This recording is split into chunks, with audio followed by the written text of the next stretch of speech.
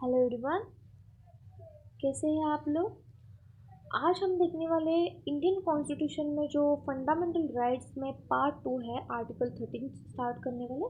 तो चलो देखते हैं आर्टिकल 13 क्या है। पहले हमने यहाँ पे आर्टिकल 12 कवर किया है, तो आज हम देखेंगे आर्टिकल 13। ओके, तो चलो देखते हैं आर्टिकल 13 क्या है। तो जो है ना article 13, enforcement of the laws with the context of to the fundamental right. जो प्री कॉन्स्टिट्यूशनल लॉ है ना, before the commencement of constitution, initially valid but subsequently void if these are violating the provision of constitution.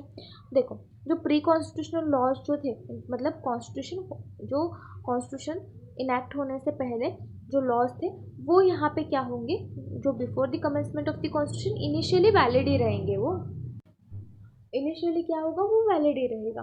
But initially valid रहेगा, but अगर कोई भी provision है, वो क्या करता है, यहाँ पे कॉन्स्टिट्यूशन को, फंडामेंटल राइट को अगर यहाँ पे क्या करता है, वॉयलेट करता है, तो यहाँ पे वो लॉ क्या होगा, यहाँ पे वॉइड डिक्लेयर किया जाएगा।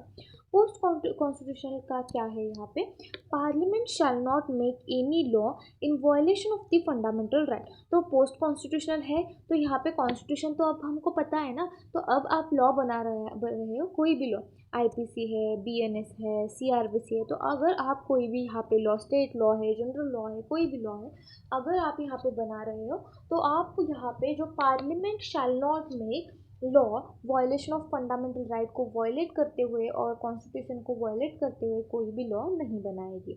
ये जो है जनरल रूल ऑफ लॉ है, सुप्रीमेसी ऑफ लॉ है यहाँ पे कॉन्स्टिट्यूशन का। If any such enacted by the parliament which against the provision of the constitution, the act become void एब इनिशियो। तो इसका मतलब क्या है, इनिशियल जो है यहाँ पे पहले से ही क्या होगा, जो बनाया उसी वक्त से ही वो void declare, null and void declare किया जाएगा। State can't make any law which abridge the fundamental right को एब्रिज करे, ऐसे स्टेट कोई भी लॉ नहीं बना सकती है, but can make the laws according to doctrine of harmonious construction से आप क्या करा सकते हैं, यहाँ पे लॉज बना सकते हैं, दोनों को मैनेज करते हुए। तो देखते हैं आर्टिकल 13 क्या है यहाँ पे। आर्टिकल 13 जो है यहाँ पे क्या डिक्लेयर करता है, all the laws that are inconsistent with any of the fundamental rights shall be void. General rule तो क्या है कि यहाँ पे जो जनरल रूल है, जो भी लॉज ऐसे है यहाँ पे फंडामेंटल राइट्स को वॉयलेट करते हैं, inconsistent with the fundamental right से इनकंसिस्टेंट है, तो वो जो जो लॉज है वो क्या है, यहाँ पे वॉइड है। In other words, it expressively provide for the doctrine of judicial review, यहाँ पे प्रोवाइड करता है। This power has been conferred the Supreme Court under Article 32 and the High Court under Article 226 that can be declared a law unconstitutional and invalid on the ground of contravention of the fundamental right. Okay, समझ आया। अतः अब यहाँ पे क्या है, law include, क्या include होता है यहाँ पे लॉ में, law enacted by the parliament. यहाँ पे जो है लॉ में क्या आएगा, enacted by the parliament and state legislature, in ordinance, order, by rule and regulation, notification, custom and usages भी है। तो हम यहाँ पे कस्टम एंड यूसेजेस जो है, यहाँ पे सती का एग्जांपल लेंगे। यहाँ पे जो सती सिस्टम था ना, अभी एबॉलिश हुआ है, तो यहाँ पे देखो हम यहाँ पे पीछे जाएंगे और देखेंगे, जो सती सिस्टम थी ना, यहाँ पे सती सिस्टम, इसमें इसमें देखो, सती सिस्टम क्या थी, प्री कॉन्स्टिट्यूशन थी, यहाँ पे प्री कॉन्स्टिट्यूशनल थी। तो सती सिस्टम तो पहले से ही आ रही थी ना, तो सती सिस्टम जो है यहाँ पे, उसके बाद हमने यहाँ पे कॉन्स्टिट्यूशनल लॉ बनाया। तो जो सती सिस्टम कॉन्स्टिट्यूशन को वॉयलेट कर रहा था, तो यहाँ पे उसको हमने क्या किया, यहाँ पे वॉइड डिक्लेयर करा दिया गया। ओके, अब देखो यहाँ पे डॉक्ट्रिन ऑफ सेवरेबिलिटी देखना है हमें। मीनिंग जो है यहाँ पे देखो, by the term severability we mean to separate under this doctrine, we just separate the invalid sections those violating the fundamental rights. तो ऐसे क्या करना है, यहाँ पे कोई भी ऐसा लॉ है कि वो क्या करता है, इनवैलिड जो है यहाँ पे, जो यहाँ पे फंडामेंटल राइट्स को वॉयलेट करता है, तो पूरा का पूरा आप यहाँ पे एक्ट ही यहाँ पे जो है यहाँ पे नल एंड वॉइड नहीं डिक्लेयर करेंगे। तो जो यहाँ पे सेपरेट होगा, तो उस लॉ को क्या, अगर फॉर एग्जांपल आईपीसी एग्जांपल है, ऐसा नहीं है, एग्जांपल है, तो यहाँ पे आईपीसी का कोई भी ऐसा प्रोविजन है कि वो फंडामेंटल राइट्स को वायलेट करता है, ओके। तो आप पूरा का पूरा आईपीसी यहाँ पे इनवैलिड नहीं डिक्लेयर करेंगे, तो उस जो प्रोविजन है उसको क्या करेंगे, सेपरेट करके उसको क्या करेंगे, उसको जो है नल एंड वॉइड और रिपेल कर दिया जाएगा, ओके। तो specific section from this act को हम रिपेल कर दिया जाएगा। RMDC versus Union of India AIR 1957 का ये जो केस है यहाँ पे इंक्लूड है। Intention of legislature will determine whether the valid part of the statute is severable from the invalid parts. If the invalid part is not separated from the, अगर यहाँ पे ऐसा है कि invalid part जो है यहाँ पे separate ही नहीं होता होगा तो क्या करेंगे, valid portion of the act that's mean the whole of the act is an invalid, तो होता नहीं है तो act invalid हो जाएगा। If they can be separated तो valid become valid act, अगर नहीं separate है पूरा का पूरा act यहाँ पे invalid declare किया दिया जाएगा। Courts would be reluctant to declare a law invalid or ultra virus on the unconstitutionality, okay। Interpretation done by the court would be favour of constitution, जो भी कोर्ट यहाँ पे इंटरप्रिटेशन करेगा वो कॉन्स्टिट्यूशन के फेवर में ही करेगा। डॉक्ट्रिन ऑफ सेवरेबिलिटी में जो है यहाँ पे केस जो ओरिजिन है इन यूके केस में ओरिजिन हुआ है डॉक्ट्रिन ऑफ सेवरेबिलिटी का। Nordfeld versus Maxim Nordfeld Guns and the Ammunition Company Limited 1894.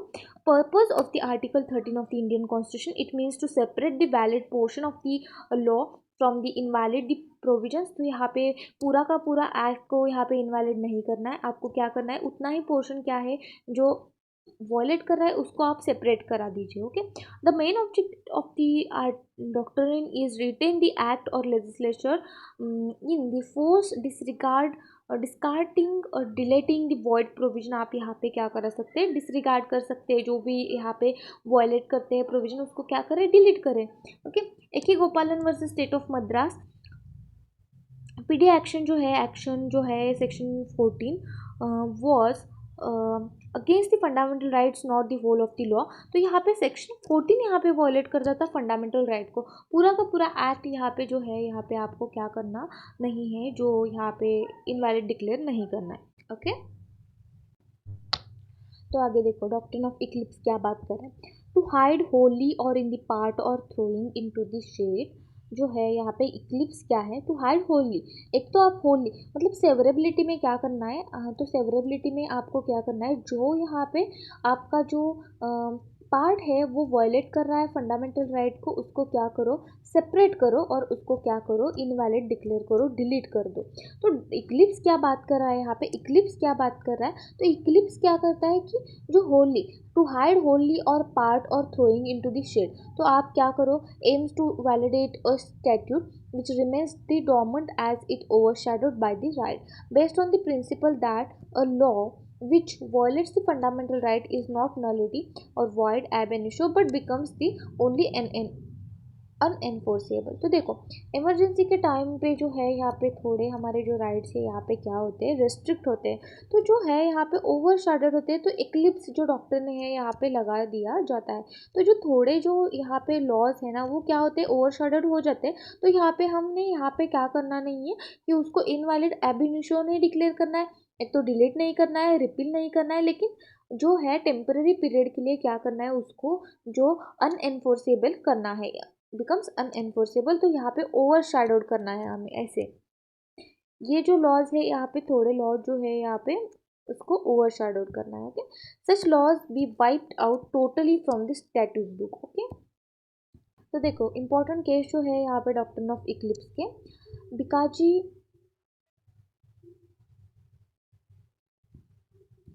Bikaji Thorajan versus State of MP AIR 1955.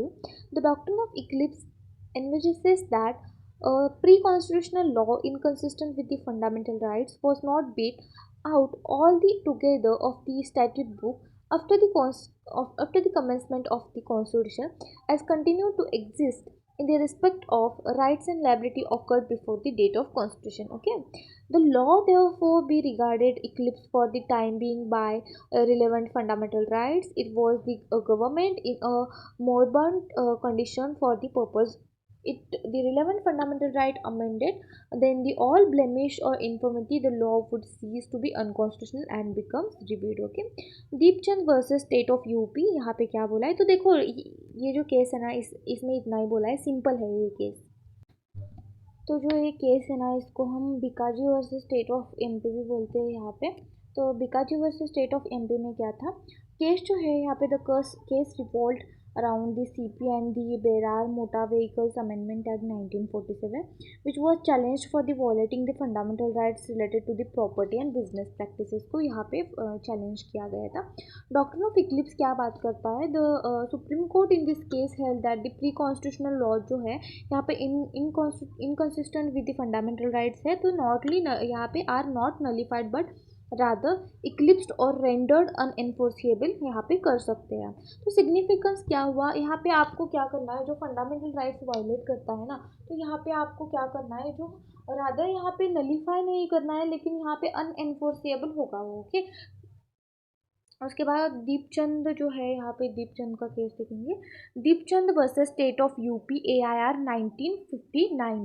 Okay, तो वो केस देखेंगे। तो यहाँ पे क्या बोला है,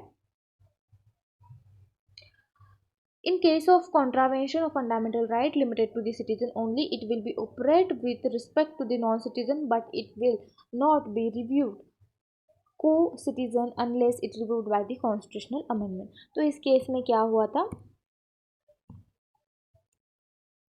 the case Deepchand versus state of Uttar Pradesh involved the constitutional validity of the Uttar Pradesh Transport Service Development Act 1955. The Supreme Court ruled that the act was void ab initio, void from the beginning because it conflicted with the Central Motor Vehicle Act 1939. Okay, तो यहाँ पे क्या हुआ था, already यहाँ पे central के act को यहाँ पे वॉयलेट किया था उन्होंने। The court also clarified that the doctrine of Eclipse which applies to the laws enacted before the constitutional was not relevant post constitutional laws like the UP Act। Okay, तो चलो देखते हैं आगे क्या है। यहाँ पे देखो, यहाँ पे है Eclipse only for the pre constitutional law, not for the post constitutional law के लिए नहीं है इक्लिप्स डॉक्ट्रिन, क्योंकि आप जानते हो कॉन्स्टिट्यूशन क्या है, फिर भी आप उसके अगेंस्ट यहाँ पे जाके आप वॉलेटिव लॉज बना रहे हो, तो क्यों आपको यहाँ पे डॉक्ट्रिन ऑफ इक्लिप्स दिया जाएगा। कॉन्स्टिट्यूशन होने से पहले आपको पता नहीं था ना कॉन्स्टिट्यूशन में क्या होगा, तो इसलिए वो लॉज बनाए गए। तो यहाँ पे जो लॉज है यहाँ पे पूरी तरह से वॉइड डिक्लेयर करने से अच्छा यहाँ पे डॉक्ट्रिन ऑफ इक्लिप्स यूज करो, ऐसे बोला है। ओके, तो इंटेंशन आपको लेजिस्लेचर का समझ आया होगा, I hope.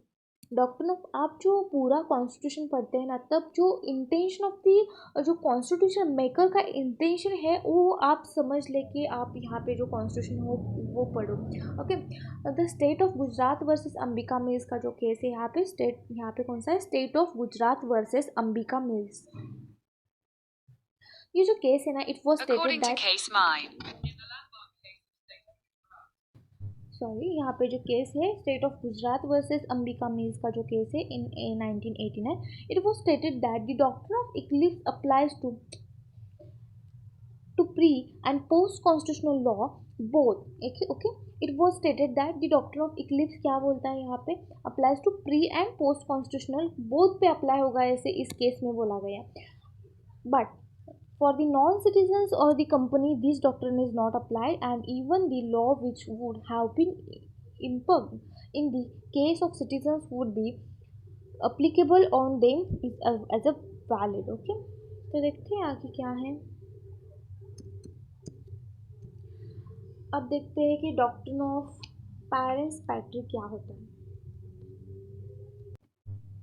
The monarch or any other authority regarded as legal protector of the citizen unable to protect themselves। तो पेरेंट्स पैट्री का मीनिंग जो है यहाँ पे, जो डॉक्टर है ना, parens patriae is a legal principle है, ये जो है लीगल प्रिंसिपल है, where the state acts as a guardian for who can not care themselves. जो खुद का यहाँ पे ध्यान नहीं रख सकते उसका गार्डियन क्या होगा, स्टेट होगा, ऐसे यहाँ पे बोला है पेरेंट्स पैट्री। ओके, पर्टिकुलरली माइनर और इंडिविजुअल विद डिजेबल्ड जो रहते हैं ना, माइनर्स रहते हैं, डिजेबल्ड जो रहते हैं, उनका गार्डियन कौन रहेगा, यहाँ पे स्टेट गार्डियन रहेगा।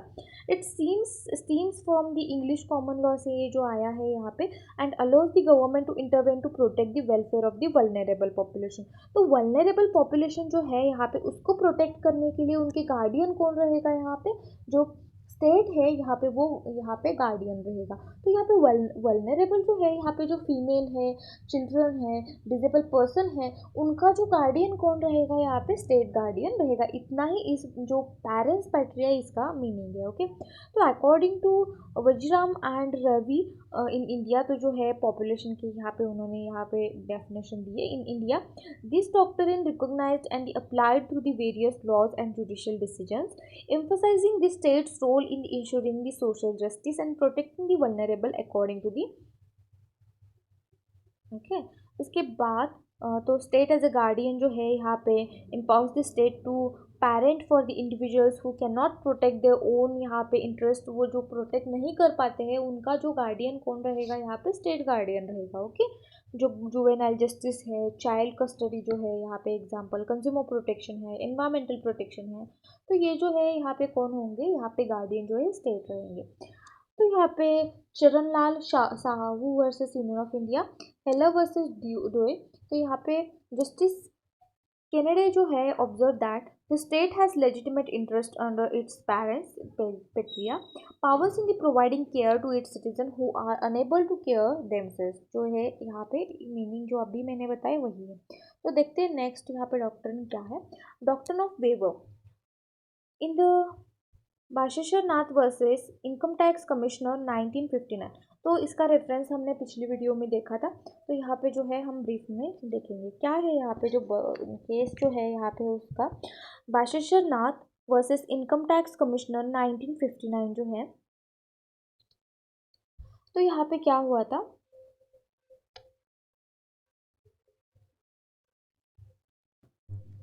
The petitioner entered into a settlement with the income tax commissioner। तो petitioner entered into the settlement में यहाँ पे enter हुआ था commissioner under the income tax that the failure later he denied payment relying on the judgment, one judgment MCT Muthia versus CIT 1955 where that section was declared unconstitutional. One issue was raised that since he agreed to pay the amount, he was waived his right and so he will have to reimburse the settlement amount. The court held that the fundamental right cannot be waived.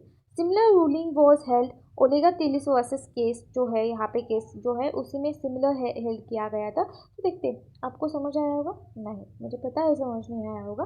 तो देखो ताकि बशेश्वर नाथ versus income tax का case जो है हम briefly पढ़ेंगे। Okay, क्योंकि जो ओलेगा तिलिस से सेम है तो दोनों का सेम हो जाएगा, तो दोनों ब्रीफली देखेंगे।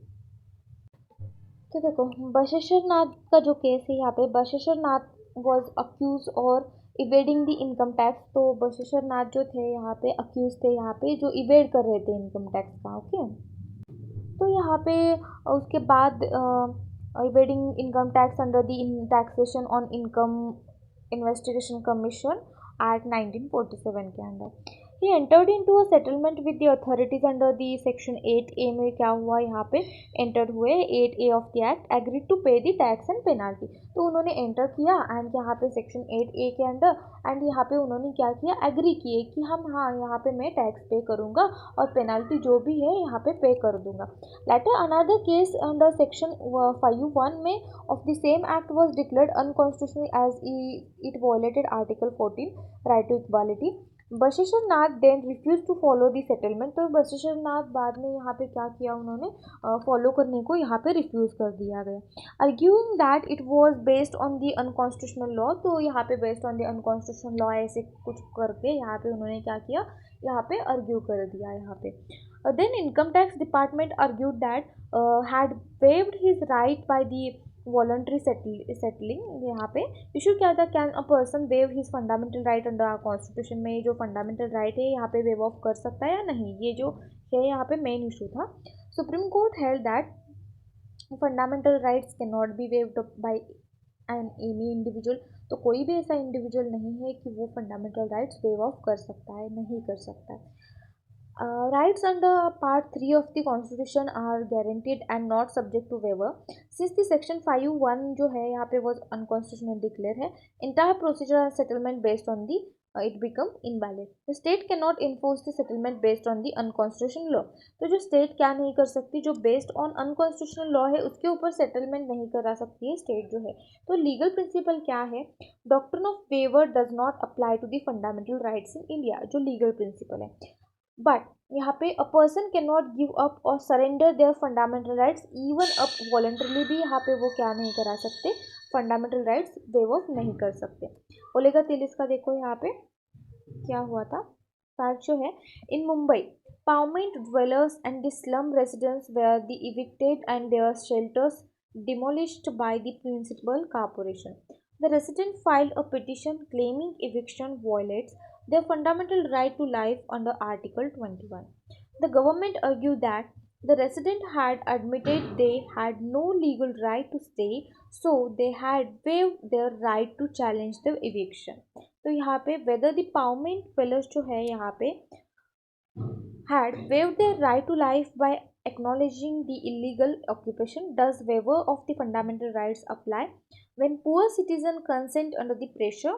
तो यहाँ पे देखो सुप्रीम कोर्ट ने क्या यहाँ पे डिसीजन दिया था. Right to life article 21 includes the right to livelihood. Article जो 21 है राइट टू लाइफ इंक्लूड करता है, वैसे ही लाइवलीहुड भी यहाँ पे इंक्लूड करता है. Even if the resident admitted they were illegally occupants थे, तो वो क्या थे यहाँ पे इलीगली ऑक्यूपेंट थे, लेकिन ऐसा नहीं है कि उनके पास घर नहीं है तो वो कहाँ रहेंगे. ओके तो यहाँ पे it does not mean that they waived of their fundamental right, ऐसा मतलब नहीं है ना. तो वो फंडामेंटल राइट यहाँ पे उन्होंने वेव किया है. Okay there can be no waiver of fundamental rights, especially not under economic or social pressure. यहाँ पे जो ओलेगा तिलिस का केस है, यहाँ पे प्रिंसिपल क्या था, even voluntarily settle statement do not amount to waiver of constitutional protection, poverty and helplessness can not be basis for the surrendering the rights. Okay I hope आपको ये जो केस है दोनों समझ आए होंगे. तो देखते हैं आगे जो केस है, शंकरी प्रसाद वर्सेस यूनियन ऑफ इंडिया का केस है. It was held the parliament had two powers, legislative power to make the laws and constituent power for to amend the constitution.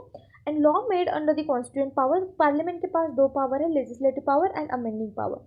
Law made under the constituent power is not law under the article 13. जो law made under constituent power में जो laws बनाए गए हैं वो article 13 में include नहीं होंगे. And since the judicial review applies on the laws under article 13 में जो इंक्लूडेड है उसको क्या होगा, जुडिशियली रिव्यू किया जाएगा. Therefore, property right can be vitiated by the parliament without intervention of the court. तो देखो उसके बाद जो सज्जन सिंह का केस आया है, बहुत इंपॉर्टेंट केस है. 17 कॉन्स्टिट्यूशनल अमेंडमेंट जो है यहाँ पे चैलेंज किया गया था. Amendment includes amendment of any part of constitution. यहाँ पे इंक्लूड दिया गया था कि कोई भी पार्ट ऑफ अमेंडमेंट जो है यहाँ पे amendment includes any part of amendment, जो कॉन्स्टिट्यूशन का कोई भी पार्ट है. इस केस में बता दिया गया है कि किसी भी पार्ट को हम अमेंड कर सकते हैं, ऐसे बता दिया गया. उसके बाद केस है Golaknath versus state of Punjab. 17 constitutional amendment यहाँ पे चैलेंज किया गया. Earlier 2 judgments were reversed by 11 जज bench.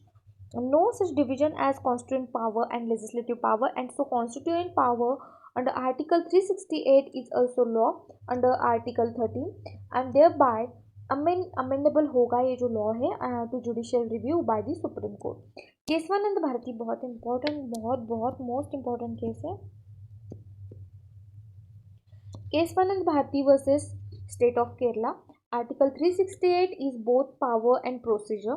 Basic structure theory described by the Supreme Court. यहाँ पे basic structure theory जो है यहाँ पे describe की गई है. Basic structure theory जो है यहाँ पे describe किया है. Upheld 24th Amendment constitutional amendment हुआ. Stated that constituent power is superior to the ordinary lawmaking power. Is required to special majority harmonious constitution construction of article 13 and 368 के बीच में harmonious construction होना चाहिए. उसके बाद जो है यहाँ पे Minerva Mills versus Union of India 1980, Supreme Court 1789. यहाँ पे क्या हुआ था, article 368 clause 4 and 5 was declared unconstitutional. Schedule यहाँ पे 9 वॉज स्टिल अलाइव होगा. Vaman Rao versus Union of India. The Vaman Rao case held that amendment made to the ninth schedule until the case 1 and judgment are valid, and those passed after the date can be subject to scrutiny. I.R. Kohela versus State of Tamil Nadu, AIR 2007. If laws in ninth schedule are were inconsistent with part 3, they are struck down किए जाएंगे. आई hope आपको article 13 जो है आपको यहाँ पे समझ आया होगा. तो अगर आपको वीडियोस अच्छी लगे तो लाइक करें, सब्सक्राइब करें एंड शेयर करें. Thank you.